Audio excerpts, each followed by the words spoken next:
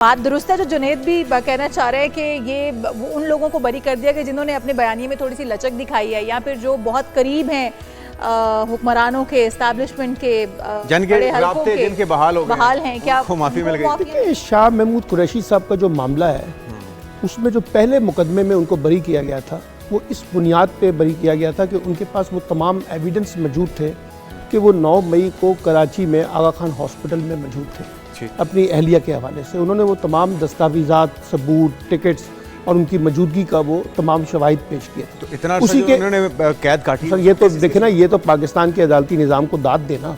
अच्छा, जब उन्होंने वहाँ पर उनको बरी कर दिया तो इस मुकदमे में भी उनका बरी होना फितरी अमर था क्योंकि उसी एविडेंस की बेसिस पे उनको आना था। जहाँ तक ये कहना कि उनका एस्टैब्लिशमेंट से ताल्लुक है, इसमें ठीक है। शाह महमूद कुरैशी एस्टैब्लिशमेंट के बड़े करीब रहे हैं, लेकिन उन्होंने 2 साल सजा भी काटी है, ये भी याद है। और अगर उन्होंने है तो बड़ा जुल्म हुआ है। और अगर उन्होंने एस्टैब्लिशमेंट से सुराही करनी थी तो वो उस वक्त पहले प्रेस कॉन्फ्रेंस कर लेते और बाकी बातें होती।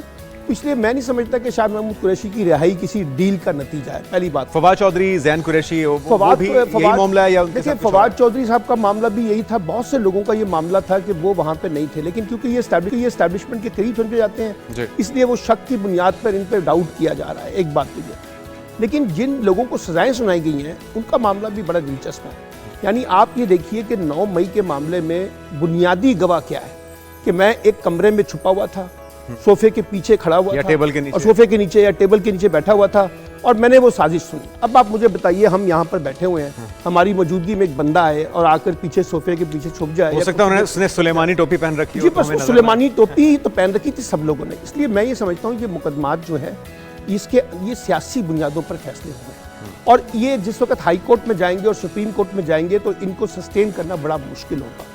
लेकिन बहरहाल क्योंकि अदालत है, अदालत का एक फैसला है, उनको सजाएं सुनाई गई हैं और जो लोग इसमें बकौल उनके के उसमें मुलव्वस थे साजिश में, हमने उनको सजाएं सुना दी हैं।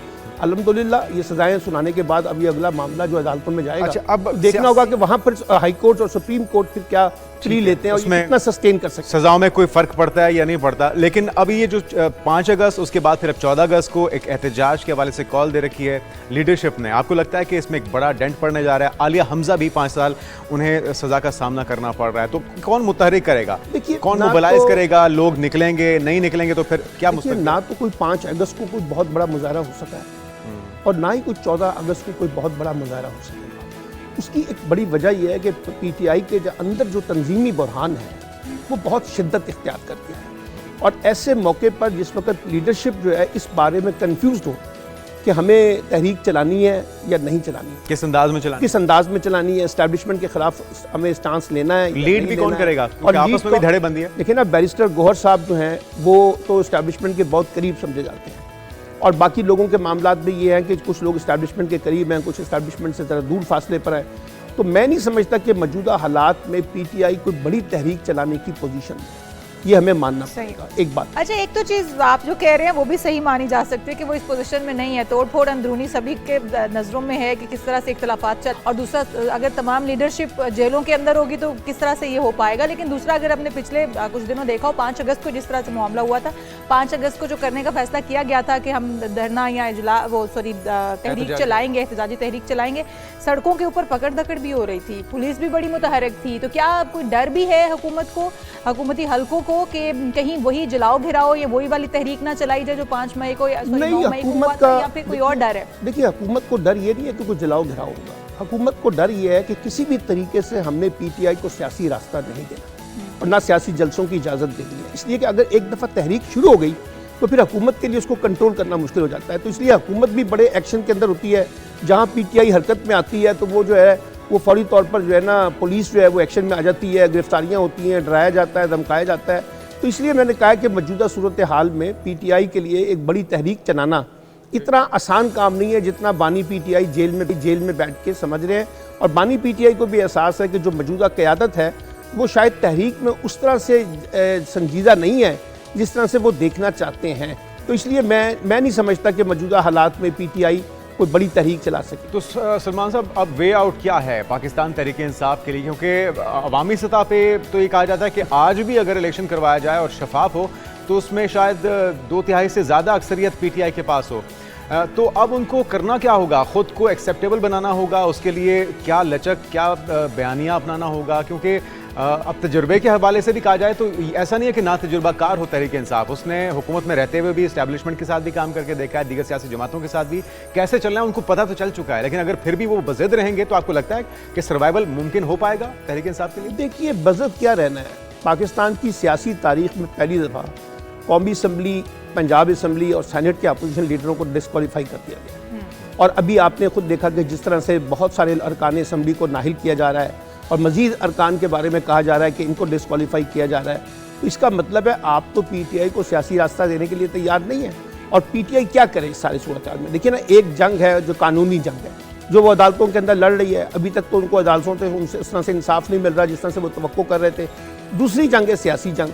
सियासी जंग उन्होंने किसी ना किसी शक्ल में जारी रखी हुई है, लेकिन कोई अवामी एहतजाज, कोई बड़ी सियासी तहरीक, कोई अवाम का जब्बो गफीर तो उस तरह से बाहर नहीं निकल सका है। तो इसलिए मुझे लगता है कि पीटीआई के ऊपर अभी दबाव बरकरार रहेगा और पीटीआई इतनी आसानी से इस सारी बुरहान से बाहर नहीं निकल सकेगी। और ये जो कहा जाता है कि पुरानी पीटीआई पहले माफ़ी मांगे, वो तो उसके लिए तैयार नहीं है। वो तो कल भी कह रहे थे कि असद कैसर कि आप अदालती कमीशन बना दें, 9 मई के तनाजुर में जो फैसला आएगा हम उसको तस्लीम कर लेंगे। लेकिन बात ये है ना कि फैसला फिर अगर इनके हक में ना आया तो फिर मुतनाज़ करार दिया जाएगा। लेकिन देखिए ना, एक दफ़ा अदालत जिस वक्त अदालत एक फैसला कर देती है, आपको याद होगा 2013 के इंतखाबात के बाद, 2014 के धरने के बाद जो अदालती कमीशन बना था, अदालती कमीशन ने पीटीआई का मौक़िफ़ तस्लीम नहीं किया था धांधली का, तो उसके बाद फिर पीटीआई ने खामोशी से उसको तस्लीम कर दिया। और हमारे पास क्या चॉइस है अगर हम अदालती फैसलों को तस्लीम नहीं करें? सलमान साहब, अगर कमीशन बना भी दिया जाता है, आपको लगता है कि अब पीटीआई इस कंडीशन में रह गई है, इस हालत में है कि वो दोबारा से उठ सकती है, बहाल कर सकती है अपनी एनर्जीज को? क्योंकि जिस तरह से उसकी बैकबोन समझ लें तोड़ दी गई है तमाम लीडरशिप को अंदर डालने के बाद, अब लगता है कि खड़ी नहीं हो पाएगी। कितना वक्त लगेगा पीटीआई को दोबारा से अपने आप को बहाल करने में, अपनी एनर्जी को बहाल करने में? आप आज इलेक्शन करवा लें, आपको अंदाज़ा हो जाएगा कि पीटीआई खड़ी हुई है या मुर्दा है या उसकी बॉडी में जान नहीं है। वो आप इलेक्शन करवा दें, फिर इलेक्शन करवा दें। देखिए, पॉपुलैरिटी एक और चीज़ होती है, तहरीक चलाना एक डिफरेंट चीज़ है। इसी तरह से माजी के अंदर PMLN और पीपल्स पार्टी में बड़ा फ़र्क होता था। पीपल्स पार्टी तहरीक चलाने की सलाहियत रखती थी, PMLN उस तरह से तहरीक चलाने की सलाहियत नहीं रखती थी, लेकिन उनका वोट बैंक था। इसी तरह से पीटीआई का वोट बैंक है, लेकिन जो सड़कों की तहरीक चलाना जो है वो इसलिए भी मुश्किल है कि एक तरफ हुकूमत उनको सियासी रास्ता नहीं देना चाहती, दूसरी तरफ इस्टेब्लिशमेंट भी उनके रास्ते में रुकावट है, तो और पीटीआई के अपने अंदरूनी मसाइल बहुत ज़्यादा है। तो ऐसे में फिर तहरीक चलाना तो मुझे नहीं नज़र आता। और मैंने इसलिए कहा है कि पीटीआई की मुश्किलात अभी ख़त्म नहीं हुई, बल्कि अभी और बढ़ेंगी। अवामी सतह पे मकबूलियत की अगर बात करें तो इसमें कोई दो राय नहीं है कि आज भी चाहने वालों की एक बड़ी तादाद तहरीक इंसाफ के साथ है। लेकिन जिस तरह से आप कह रहे हैं कि तहरीक चलाना और बात होती है, मकबूलियत और बात होती है, इसी तरह से मकबूलियत और बात है, मुल्क को चलाना, गवर्नेंस एक और चीज़ है। जो चीज़ें आज तहरीक इंसाफ को फेस करनी पड़ रही हैं, उस वक्त की अपोजिशन जो कि मुख्तलिफ सियासी जमातें थी, पीपल्स पार्टी, नून लीग या JUI, उनके यही गिले शिकवे थे कि उन्हें सियासी केसेस का सामना करना पड़ रहा है, उन्हें विच हंटिंग का निशाना बनाया जा रहा है। तो ये सारा कुछ आज जो पीटीआई सह रही है, आपको लगता है कि सारा किया धरा मुखालफीन का है या उसमें खुद कंट्रीब्यूट पीटीआई ने भी किया? कुछ गलतियां उनसे हुई और खुद एहतसाबी आज ज़रूरी है अगर कल उनको अपने आप को दोबारा से बात यह है कि पाकिस्तान की सियासत में जब कोई भी जमात इक़्तिदार में आती है, वो अपने सियासी मुखालफीन के साथ कुछ इसी तरह का सलूक करती है। और यकीनी तौर पर पीटीआई से भी बहुत गलतियाँ हुई हैं, इसमें कोई शक नहीं है। ये जो 9 मई का वाक़या था, ये पीटीआई की गलत मनसूबाबंदी का नतीजा था और उसकी उन्हें बड़ी लंबी सज़ा मिल रही है। लेकिन आज पाकिस्तान के अंदर जो कुछ हो रहा है, ख़वातीन को जिस तरह से 10-10 बरस की सज़ाएँ सुनाई जा रही हैं, और यास्मीन राशिद जो कैंसर की पेशेंट हैं, 73-74 उनकी एज है, और बाकी आलिया हमजा हैं और बाकी लोग हैं, आयशा भुट्टा है, यानी इसका मतलब ये है कि हमने अभी पाकिस्तान की सियासत से कोई सबक नहीं सीखा। हम आज भी, चाहे हुकूमत हो चाहे अपोजिशन हो, जिस वक्त हम इक़्तिदार के अंदर आते हैं तो हमारा पहला टारगेट अपने मुखालफिन को ख़त्म करना होता है।